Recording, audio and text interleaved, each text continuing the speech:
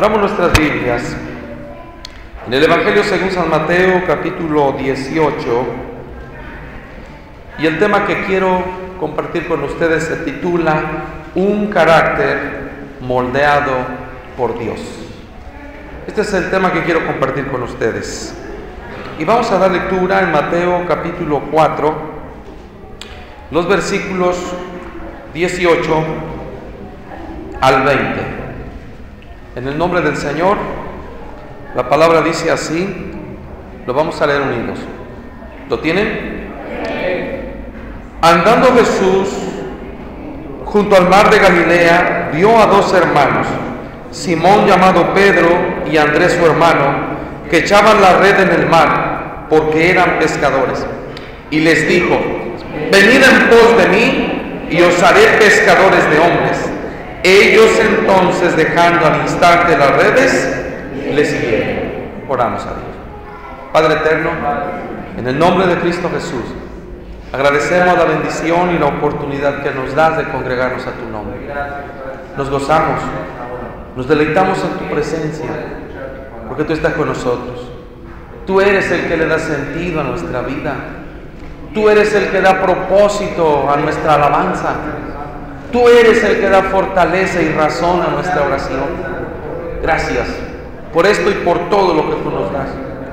Mas quieras en esta tarde, Señor Jesús, en el amor tuyo bendecirnos a través de tu palabra y darnos esa palabra que alimenta, que edifica, que fortalece, que corrige si es necesario, a fin de que podamos ver tu bendición.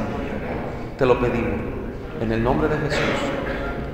Va creyendo, Señor Jesús, que lo harás. Te damos gracias. Amén. Tomen asiento, hermanos y hermanas, siéntense. Repetimos el tema de nuestra predicación, se titula Un carácter moldeado por Dios. Otra vez, el tema es Un carácter moldeado por Dios. Aleluya. Ese es el tema de nuestra predicación. ¿Qué es ¿Qué significa la palabra carácter? La palabra carácter significa marca o significa señal. Eso significa carácter, una marca o una señal que distingue una cosa de la otra. Si aplicamos la palabra carácter a la persona o al individuo, diremos que son la marca o las señales que hacen que cada persona seamos diferentes. A pesar de que somos de un mismo sentir, porque así lo dice la Biblia, hablando acerca de la iglesia, sed todos de un mismo sentir. Sin embargo, tenemos que reconocer que no todos somos iguales. Amén, hermanos. Todos tenemos diferente forma de pensar, de actuar, de sentir, de responder a ciertas circunstancias. Todos somos diferentes. Y eso que nos hace diferente se llama carácter. El carácter se establece en una persona a través de las costumbres. Y las costumbres se establecen a través de los hábitos. Si quieres cambiar un carácter, tienes que cambiar tus hábitos, para que tus hábitos cambien tus costumbres y tus costumbres cambien tu carácter. Podemos decir, hermanos, en cuanto a nuestro tema, un carácter moldeado por Dios, tomaremos como ejemplo la vida del apóstol Pedro. El pasaje que leímos ahora nos habla acerca del llamado del apóstol Pedro. Podemos decir que Pedro era un hombre, en cierto modo, era un hombre común. Común en el sentido que era una persona que tenía sus propias necesidades, tenía sus propios problemas, tenía sus propias prioridades. Y podemos decir que una de las prioridades que tenía Pedro era la que casi todos tenemos: el salir adelante en esta vida. Cuando el Señor lo llama, lo encuentra trabajando. Pedro dice que juntamente con su hermano, dice que estaban tirando las redes, estaban pescando. El oficio de Pedro era el ser pescador. Alguna vez hemos dicho que Dios no llama flojos, ni tampoco los necesita. Y aquí lo podemos ver claramente. Cuando el Señor llama a cada uno de sus discípulos, a ninguno de ellos los encontró ociosos. A ninguno los encontró tirados en una hamaca, a ninguno los encontró desempleados, todo lo contrario. No eran personas desempleadas o que no tenían en qué ocuparse, por el contrario, eran personas muy, pero muy ocupadas. Aquí inicia la vida, o el ministerio, mejor dicho, aquí inicia el ministerio del apóstol Pedro. El Señor llega a aquel lugar donde Pedro se encuentra trabajando y lo llama. A lo largo del ministerio y el tiempo que el Señor Jesús estuvo con Pedro, dice la Escritura que por cerca de 3 años y medio el Señor Jesús estuvo instruyendo a sus discípulos. Pedro, una vez que es llamado por el Señor, e inmediatamente dice que responde al llamado, pues dejando las redes, se va con él para seguirle. Deja su casa, deja su esposa, deja su oficio, lo deja todo para ir a los pies del Maestro, el cual empieza por él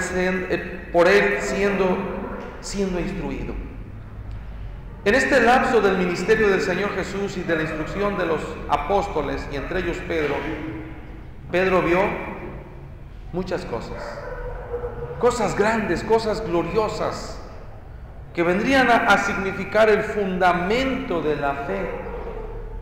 No era una vida de fanatismo a la cual Dios estaba llamando a Pedro, sino una vida real, verdadera, como dice ese canto, mi Dios es real. Amén, hermanos. Y Pedro empieza a ser testigo de los milagros y de las maravillas que Jesús hacía. El Señor sanaba a los paralíticos, echaba fuera a los demonios, los ciegos veían, los mudos hablaban a la voz de su mandato, los sordos oían, y aún los muertos llegaron a resucitar por la palabra del Señor Jesús. Como le dijo a aquella niña cuando le dijo Tabita, y le dice levántate, y al momento dice que la niña se levantó y resucitó por su poder y por su gracia. Pedro empezó a mirar aquellas cosas. Pedro también, hermanos, recordemos que Pedro también fue una persona especial para el Señor Jesús.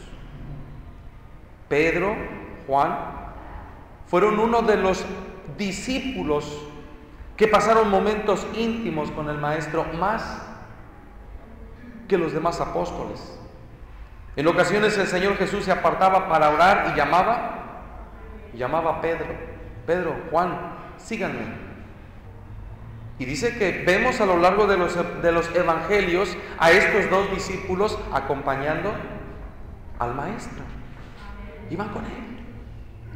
¿Recuerdan ustedes en aquella ocasión cuando narra la Escritura que el Señor les dice, vengan, vamos? Subieron a cierto monte y dice que estando ahí el Señor Jesús se transfiguró, dice que se llenó de luz y resplandecía su cuerpo, irradiaba luz. Los cielos fueron abiertos y bajaron 2 personas. ¿Se acuerdan quiénes fueron? Moisés y el profeta Elías. Y empezó a hablar con ellos. Y dice que los 3, el maestro, Moisés y Elías, dice que los 3 estaban transfigurados. ¿Quién lo vio? Lo vio Pedro. ¿Estamos de acuerdo, hermanos? Lo vio Pedro. También en Mateo capítulo 16, versículo 13, nos dice aquí en este pasaje que a Pedro le fue dada una revelación de parte de Dios. Y precisamente a Pedro. Eran 12 discípulos, pero a Pedro le fue dada esta revelación. Mateo capítulo 16, versículo 13. Viniendo Jesús a la región de Cesarea de Filipo, preguntó a sus discípulos diciendo, ¿quién dicen los hombres que es el Hijo del Hombre? Ellos dijeron, unos Juan el Bautista, otros Elías, otros Jeremías o alguno de los profetas. Y les dijo: ¿y vosotros? ¿Quién decís que soy yo? Respondiendo Simón Pedro dijo: tú eres el Cristo, el Hijo del Dios viviente. Entonces le respondió Jesús: bienaventurado eres, Simón, hijo de Jonás, porque no te lo reveló carne ni sangre, sino mi Padre que está en los cielos. Bendito sea el Señor. Durante su estadía de Pedro con el Señor, dice que más que a los discípulos, dice que de Dios recibió esta revelación, entender que Él era el Cristo. ¿Por qué no decirlo así? Pedro fue uno de los primeros en comprender que Jesús era el Mesías, era el Hijo de Dios. Y qué hermosa bendición poder tener tal conocimiento. Nosotros, por la gracia de Dios, lo tenemos ahora también. Pero recordemos que en aquellos entonces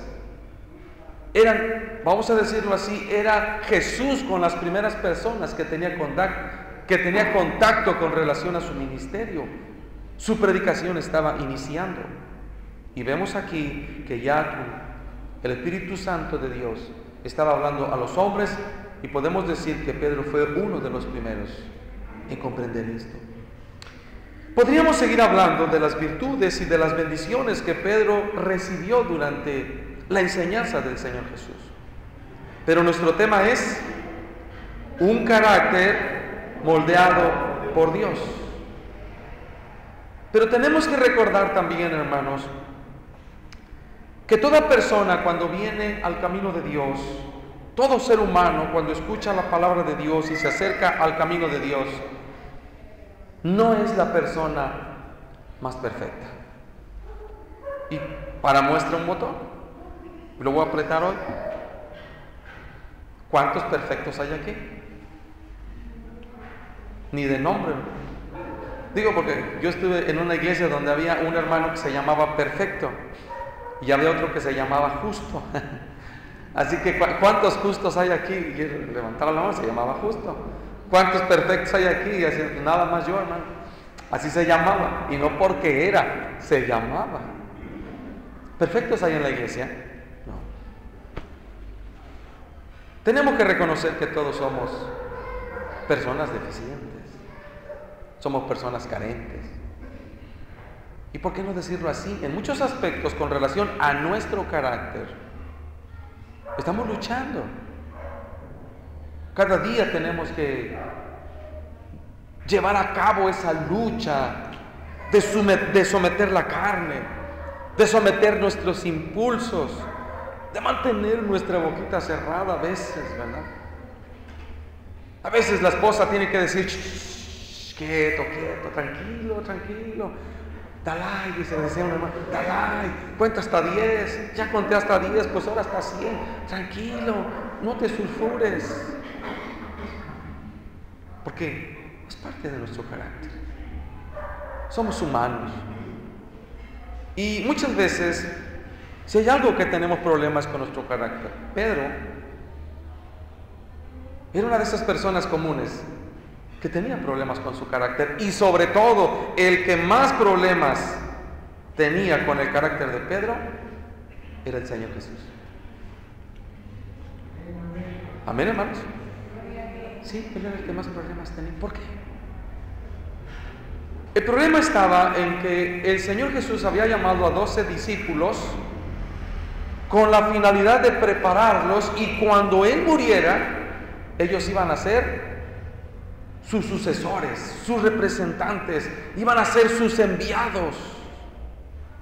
Y hemos dicho ya en semanas pasadas, en los estudios durante el día jueves, hemos hablado que la fe, si no tiene virtud, de nada sirve. Pues dice la Escritura claramente: a tu fe añade virtud, a tu virtud añade conocimiento, a tu conocimiento añade dominio propio, a tu dominio propio añade piedad, a tu piedad añade afecto fraternal, y a tu afecto fraternal añade amor. Porque si alguno no tiene estas cosas, entonces es corto de vista, está ciego. Pero si tenéis estas cosas, entonces dice: no estaréis ociosos, sino que la puerta del reino de los cielos se os abrirá para vosotros ampliamente. Jesús sabía que era su discípulo. La fe no era suficiente. Tenía que ser persona virtuosa. Pero ¿cómo una persona virtuosa como Pedro, que era una persona impetuosa, era una persona intrépida? ¿Qué significa intrépida? Quiere decir que no tiene miedo, sino que es arrojado. Es una persona que no mide el peligro, pero hay una parte de esa intrepidez que en ocasiones esa intrepidez se puede volver negativa. Cuando no tiene miedo de hablar. Es más, no solamente no tiene miedo, no se fija lo que habla. Primero habla y luego piensa. Bueno, hermano, pero hermano, ¿qué no le da miedo hablar así? No. A mí no me da miedo. Yo soy su padre aquí en este lugar. A mí que no me digan nada. Podría ser una persona intrépida, pero en un aspecto negativo. Primero habla y luego piensa. Primero actúa y luego tiene que pedir perdón. Pedro era la persona más intrépida y también la persona más impetuosa de todos los discípulos. Si ponen cuidado, a lo largo de los evangelios, ¿quién era la persona que más hablaba? ¿Quién, hermanos? Era Pedro. Era Pedro. ¿Quién era la persona que tal parece que siempre estaba un paso más adelante que los demás discípulos? Era Pedro. Pedro fue el que regresó enojado. Señor, fíjate que fuimos a Samaria, fuimos a comprar pan porque teníamos hambre y no nos vendieron, al contrario, nos echaron fuera de la ciudad. ¿Qué te parece si vamos orando como el profeta Elías, que hizo descender fuego del cielo? Hay que orar, Señor, para que destruya a estos impíos. Hay que orar para que destruya a estos samaritanos, que caiga fuego como en Sodoma y en Gomorra. Se sulfuraba rápidamente, se enojaba. Y el Señor dice: cálmate, Pedro, no es para tanto. Yo he venido a salvar las almas, no a perderlas. ¿Cómo voy a orar yo? Dice que para que sean destruidas cuando yo he venido para salvarlas. Cálmate, diría por el amor de Dios, ¿verdad? No es para tanto. Pero era un hombre impetuoso. Pedro llegó a desafiar al Señor. ¿Lo creen, hermanos? Sí, porque era una persona que antes de actuar, no pensaba, sino todo lo contrario. Era una persona que se arrojaba. Mateo capítulo 14, versículo 28. Pedro fue testigo de uno de los milagros más gloriosos del Señor Jesucristo. Pero Pedro, tan impetuoso, desafía al Maestro. ¿Ya lo tienen? Mateo capítulo 14, versículo 28. Vamos a leer desde el versículo 25. Dice: mas a la cuarta vigilia de la noche, Jesús vino a ellos andando sobre el mar. Y los discípulos, viéndole andar sobre el mar, se turbaron, diciendo: ¡un fantasma! Y dieron voces de miedo. Pero enseguida Jesús les habló diciendo: tened ánimo, yo soy, no temáis. Entonces le respondió, ¿quién? Ay, él es desbocado de Pedro siempre. Y dijo: Señor, si eres tú, manda que yo vaya a ti sobre las aguas. ¿Era impetuoso? Yo digo que Pedro era de esos como que de esas personas que no ven la diferencia entre grande y chiquito. De esas personas que da lo mismo decirle de cosas al siervo que al Señor. ¿Sí? Digo, así de impetuoso era. Hay personas que dicen, no, a mí no me importa si tienes un cargo, a mí no me interesa si tú eres el gobernador o si tú eres el presidente de la república, a mí no me interesa, tú me vas a oír. Era de esa clase de persona, porque vemos aquí, ve que el Señor viene caminando sobre el mar, todos se espantan porque dicen es un fantasma. ¿Quién había caminado sobre el mar antes? Históricamente nadie. Nadie había caminado históricamente sobre el mar. Y Pedro lo estaba mirando. A pesar de que estaba lleno de miedo, desafía al maestro: si en verdad tú eres, haz que yo vaya. Y entonces dice la escritura que el Señor le dice: bueno, ok, tantas ganas tienes, a ver, bájate pues de la barca y ven a mí, no te vas a hundir. Y ahí va Pedro, se baja de la barca, a lo mejor no corriendo, ¿verdad? Pero a lo mejor sí de un brinco, cae en el agua y no se hunde, y empieza a caminar, pero dice que de pronto se llena de temor. ¿Y qué? Otra parte del carácter de Pedro. A pesar de que era impetuoso y era intrépido, Pedro también era una persona inestable en su carácter. Una persona que empezaba y no terminaba. O sea, era un cristiano de buenos principios, pero de malos finales. Hoy voy a empezar a orar. Ya para mañana ya se desanimó. No, es que me canso mucho, me duelen las piernas, las rodillas, es que los codos, es que luego me hinco y me da sueño. No, mejor no, me la voy a llevar más tranquila. Era como el cristiano cuando dice: ahora sí, voy a orar y voy a leer toda la Biblia de pasta a pasta, la voy a leer, ahora sí. Nada más lee 3 días, al cuarto día se acuesta a dormir y no la vuelve a leer. Empieza y no termina. Pedro era de esa clase de personas, era inestable. Pedro era una persona muy vulnerable, él era arrojado, pero en el momento que veía que las cosas se tornaban difíciles, en el momento que veía que las cosas ya no estaban tan fáciles, sino que se estaban complicando, optaba por salir corriendo. Ahí no pudo salir corriendo. Se estaba hundiendo para abajo, ¿verdad? Pero era de esa clase de personas. Por eso digo, era una persona que hablaba pero sin pensar. Imagínense un cristiano que tiene una gran fe como la que iba a poseer Pedro. Pedro no sabía, nosotros sabemos que después Pedro fue poseedor de una gran fe. De una fe tan grande que la Escritura dice claramente que tan solamente con la sombra sanaban los enfermos. Amén. Sanaban los enfermos.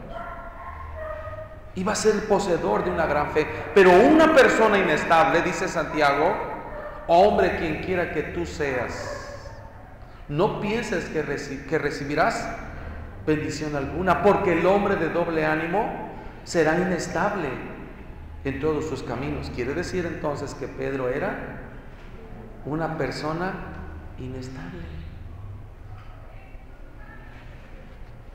Pero Pedro era una persona fina. ¿Por qué digo que era una persona fina? Porque si leemos en San Juan capítulo 18, versículo 10,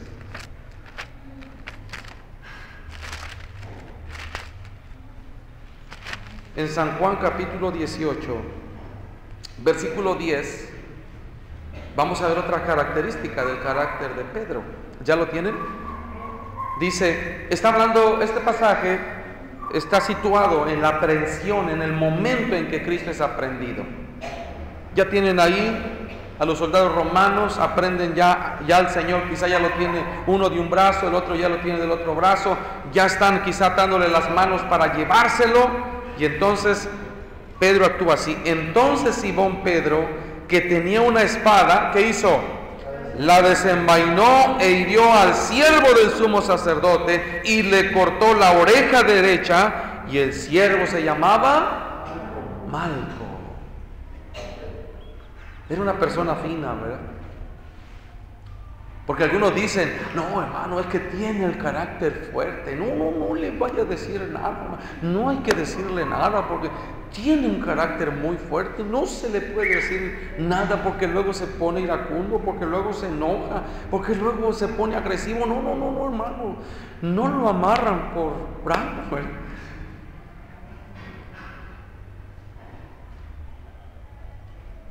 No es un carácter fuerte.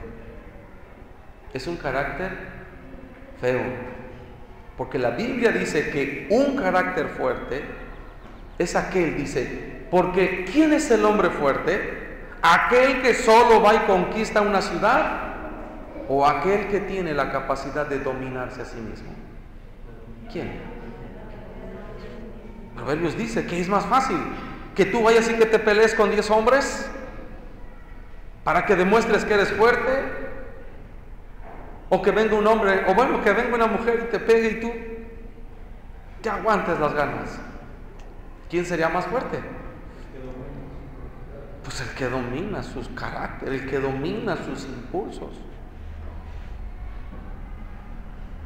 ¿Pueden imaginar la clase de carácter que tenía Pedro? Tanto que en la misma presencia del Señor saca la espada y hiere a este hombre. Era un hombre que definitivamente no podía contener sus propios impulsos. No puedo imaginar cuando Pedro se enojaba. Hay personas que cuando no saben controlar sus impulsos y se enojan, agreden, manotean, rompen cosas, tiran cosas, dicen malas palabras, ofenden, hablan con la finalidad de herir, de producir una herida en el corazón, porque no son capaces de contenerse. Y Pedro era ese. ¿Cuál es el problema de todo esto? Que un mal carácter en una persona le puede llevar a cometer graves errores. Su vida puede estar quizá bien cimentada en el conocimiento de la palabra, porque lee mucho la Biblia. Puede estar bien cimentada en la fe, porque dice: yo creo en Dios, y yo oro, y yo ayuno, y yo le busco. Pero si su fe no está acompañada de virtud, decía un hombre llamado Carlos Spurgeon, porque la fe sin obras es como las piernas del cojo. Aunque tiene las piernas, dice, pero penden inútiles de él, porque no las puede usar. Así es la fe sin virtudes. Imagínense un hombre que dice: tengo 20 años en el Evangelio y conozco la Biblia de pasta a pasta, y en eso alguien pasa y lo avienta y se voltea y le dice 3 groserías. Pues cualquiera que lo oiga va a decir: pues de balde que te sepas la Biblia. Mira nomás qué palabrotas acabas de decir, de balde. ¿De qué te sirve tu fe? ¿De qué serviría alguno que dijera: bueno, no, yo tengo tanta fe que yo siento que si oro por un paralítico, yo siento que se levanta? De verdad que siento que se levanta. Pero si en ese momento lo hacen enojar y explota y rompe cosas, pues le van a decir: ¿para qué quieres levantar un paralítico si quiera oraras por ti para que cambiaras? Sería más milagro ver que tú cambies camino un paralítico. Médico, cúrate a ti mismo. Cristo no podía tener en sus filas a alguien así. Pedro, recordemos que cuando intenta caminar sobre el mar, ¿qué pasa? Fracasa, se hunde. Amén. Cuando pide que fueran quemados, que fueran destruidos los samaritanos, sale regañado por el Señor. ¿No es así? El Señor llega un día y le dice: Pedro, Satanás ha pedido permiso para zarandearte. ¿Y qué dice? Ah, no, Señor, a mí el diablo me hace los mandados. No te preocupes, no te preocupes, déjalo que venga, lo voy a mandar a traer las cocas. Porque... no había cocas en aquellos entonces, ¿verdad? Lo voy a mandar a ver por allá lejos que me haga un mandado. Conmigo no puede el diablo. Y el Señor le tiene que decir: basta, basta, verás de orar para que no entréis en tentación. Lo regaña el Señor: ya basta, ¿por qué no entiendes, Pedro? Y sin embargo, la Escritura dice que días después, fuera de la ciudad, de la casa de Potifar, se halla Pedro llorando amargamente. Porque dice: y habiendo escuchado que canta el gallo, luego se acordó de las palabras del maestro: tú me negarás 3 veces. Y sale corriendo Pedro de la casa de Potifar y dice que lloraba amargamente. ¿Cuál era su problema? ¿Era falta de fe? No. ¿Era falta de conocimiento? No. ¿Era porque no había visto los milagros de Dios? No, no se había visto. ¿Era porque no conocía a Dios? No, porque sí le conocía. ¿Cuál era su problema? Su carácter. Su carácter, que tenía que ser moldeado por Dios. ¿Amén, hermanos? ¿Por qué decimos que tiene que ser moldeado por Dios? Porque dije algo al principio. ¿Cómo puedo cambiar mi carácter? Decía, tenemos que comprender qué es el carácter. El carácter es el conjunto de nuestras costumbres.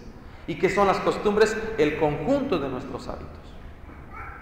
Si quiero cambiar mi carácter, tengo que cambiar primero mis costumbres, la forma en la que siempre actúo. Y para cambiar la forma en la que siempre actúo, tengo que cambiar mis hábitos. Cuando yo empiezo a cambiar mis hábitos, entonces cambiaré mis costumbres y luego cambiará mi carácter. ¿Dónde se fundamentan los hábitos? Podemos decirlo, podremos explicarlo así. Los hábitos empiezan en la voluntad. La voluntad de decir: tengo que hacer diferente las cosas. Un hombre llamado Albert Einstein, un científico que vivió décadas atrás, él decía: para que las cosas puedan ser diferentes en nuestra vida, tenemos que empezar a hacer las cosas diferente. ¿Amén? Así expresaba él esto, decía: ¿quieres que las cosas cambien y que sean diferentes? Empieza a hacer las cosas diferentes. Pero para que yo empiece a hacer las cosas diferentes, primero tengo que cambiar mi mente. ¿Qué es lo único que puede hacer diferente a una persona? ¿Qué es aquello que puede transformar al ser humano desde adentro, desde la raíz, desde la profundidad? Segunda a los Corintios 5:17.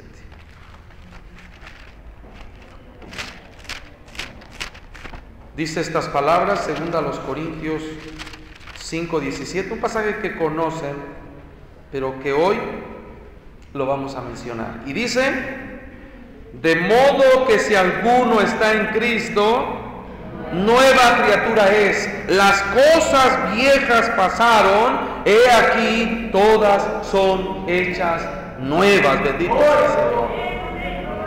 El hombre necesita a Cristo. El hombre necesita a Cristo. El hombre necesita de que Cristo cambie su mente. El hombre necesita de que Cristo cambie su corazón. Pero alguno dirá: pero a mí ya me lo cambió.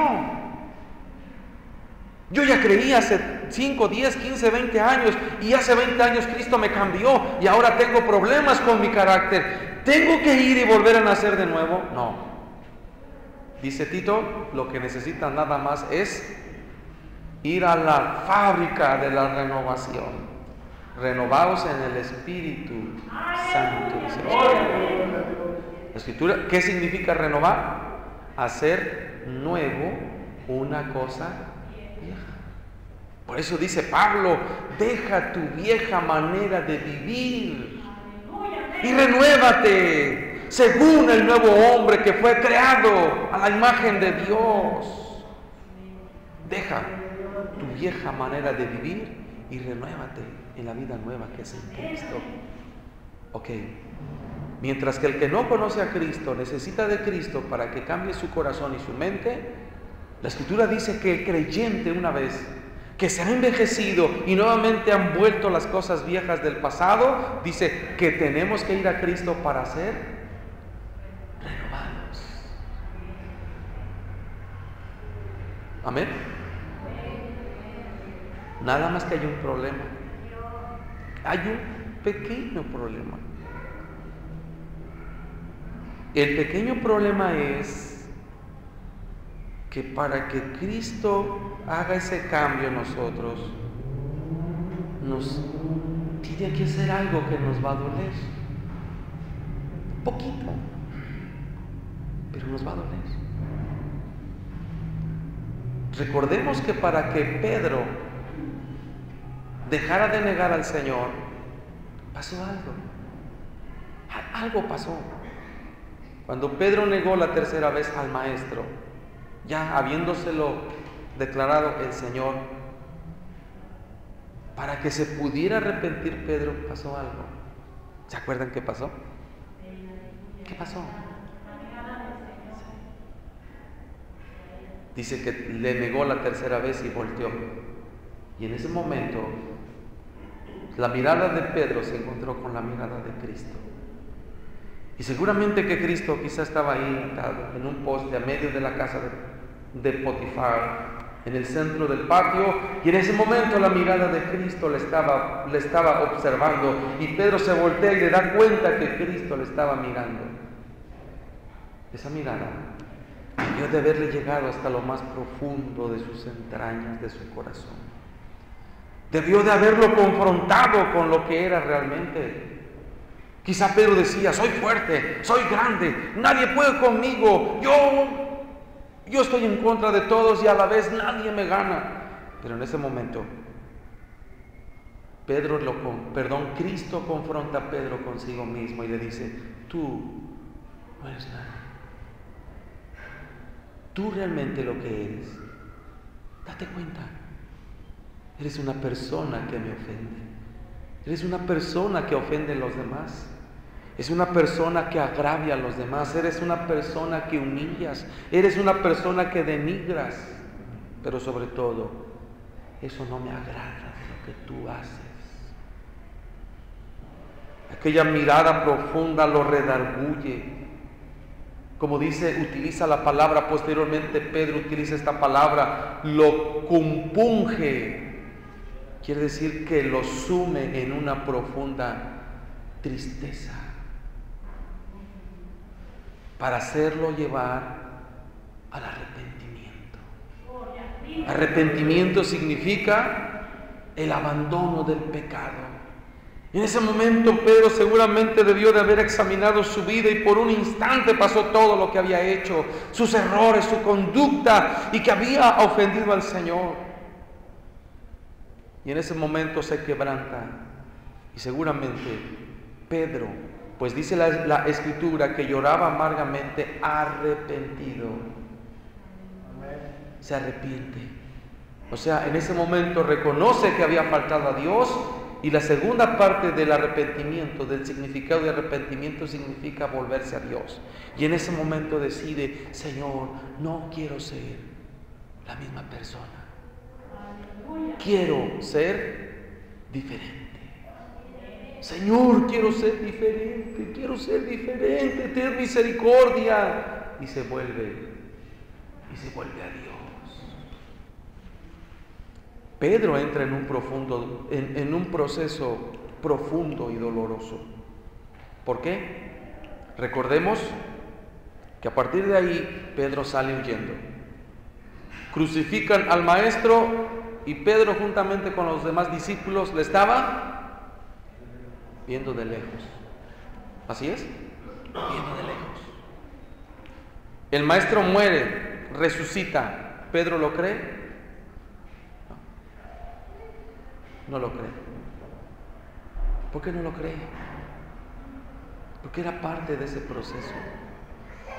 Después de ello, el Señor Jesús le aparece a él personalmente, le dice: Pedro, ven, sígueme, los demás quédense aquí. Y cuando Pedro iba camino fuera de la ciudad, el Señor le pregunta: Pedro, ¿me amas? Le hace la pregunta más difícil de contestar. El Señor le dijo: ¿me vas a negar? Y él le dice: no te voy a negar, y termina negándole. Y ahora el Señor le está preguntando: ¿me amas? Quizá aquella pregunta le debe haber llegado hasta el corazón, y quizá avergonzado y agachado le dice: Señor, tú sabes que yo te amo. Apacienta mis corderos, no se te olvide. Y había caminado otros instantes y le vuelve a decir: Pedro, ¿me amas? Y otra vez aquello debió de haberle martillado en su corazón. Y todavía quizá aún con mayor vergüenza: Señor, sí te amo, pacienta mis ovejas. Pero el Señor por tercera vez le vuelve a decir: Pedro, ¿en verdad me amas? Y Pedro revienta: Señor, ¿de qué se trata esto? ¿Me quieres humillar? ¿Me quieres avergonzar? ¿De qué se trata esto? Tú sabes que te amo. 3 veces le negó, y 3 veces Dios buscó la confirmación. Conocemos la historia posterior a esto, ya no me va a dar tiempo mencionarlo, pero conocemos la historia después de esto. Pero después de este largo proceso, el Señor, después de 40 días de haber estado, después de su resurrección, está con sus discípulos, asciende al cielo, y Pedro, ahí estaba. 120 en el aposento alto, y Pedro orando de día y de noche, juntamente bendito, con aquellos 120. El Espíritu Santo desciende, y el primero a levantarse a predicar el Evangelio es el primero en acusar a los judíos: vosotros matasteis al enviado de Dios, al Mesías, al Cordero, vosotros lo matasteis, sois culpables.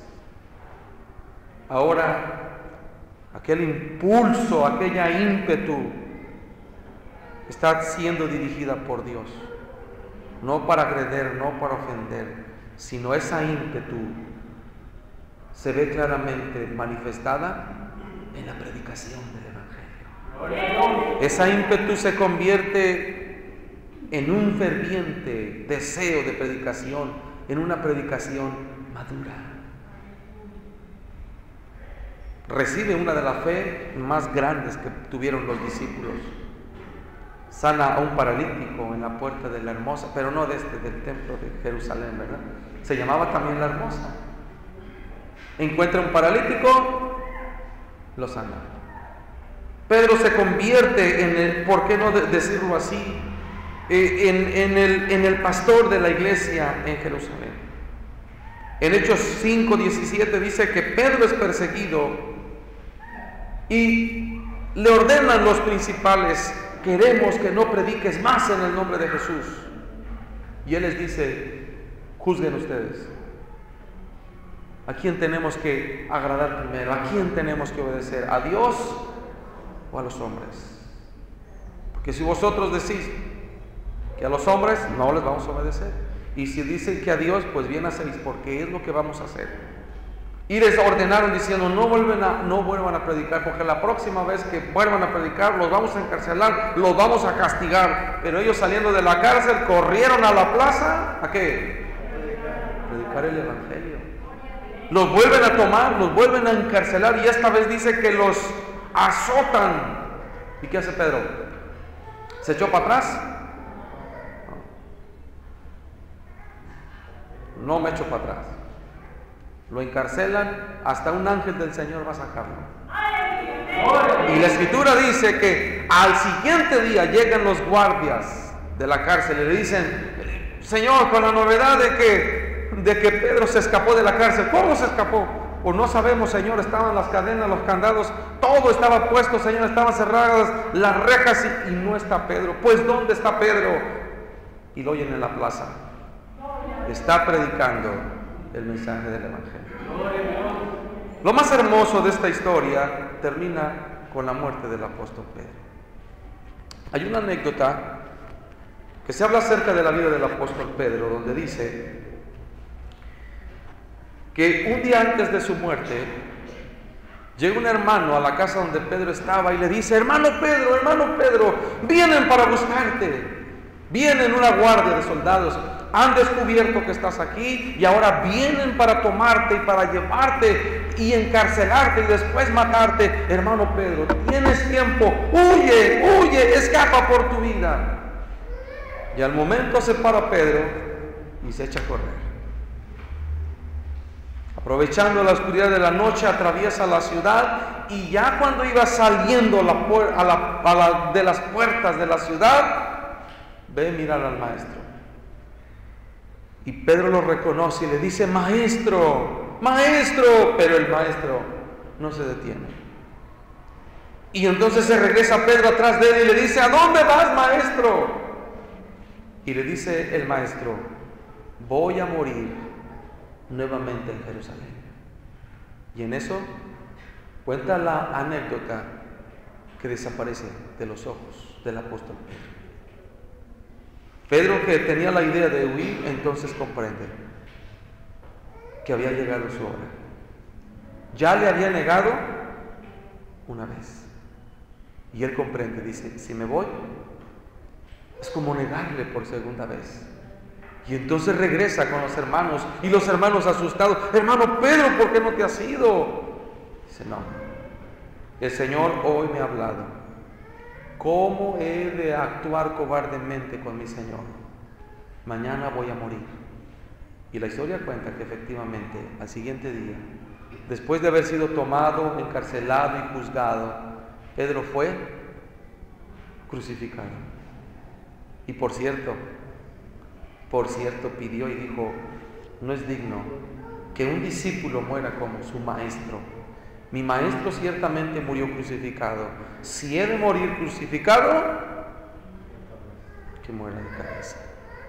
Y los soldados dijeron: nos da lo mismo, que mueras de pie que de cabeza. Y lo colgaron. Cuando Dios toma la vida de un ser humano, cambia su corazón, cambia su mente, cambia sus hábitos, cambia sus costumbres y termina por cambiar su carácter. Quiero pensar que quizá en esta noche y en este día, quizá esté un Pedro a quien le está reservada una gran fe, a quien le está reservado quizá un gran ministerio, a quien le está reservado quizá un gran trabajo, pero con el carácter que posee no lo puede llevar a cabo. Tiene que venir a las plantas de Cristo para que lo cambie, a fin de que pueda convertirse en un instrumento. Pablo declara: hermanos, puesto que tenemos tales promesas, limpiémonos de toda contaminación de carne y de espíritu, perfeccionando la santidad en el temor de Dios. ¿Habrá algún Pedro que en esta noche quiera venir a las plantas de su Señor y decirle: Señor, antes de que te niegue, vengo a ti para decirte: soy la persona más deficiente, pero sobre todo soy la persona más necesitada en este lugar. Te necesito a ti. Vamos a orar. Quizá tu esposa te lo agradezca, quizá tu esposo te lo agradezca, Quizá tu familia te lo agradezca. Quizá tus amigos, tus vecinos, quizá tus clientes te lo agradezcan. Te agradezcan de que tú quieras cambiar, de que seas una nueva persona. Porque quizá les has ofendido, les has faltado, les has agraviado. Cierto, eres humano, no eres la mejor persona. Pero he aquí la oportunidad de poder ser diferente. Cristo está aquí y Él puede ayudarte. Y si en esta noche tú le invocas, Él puede oírte. Y sin lugar a dudas, Él suplirá tu necesidad.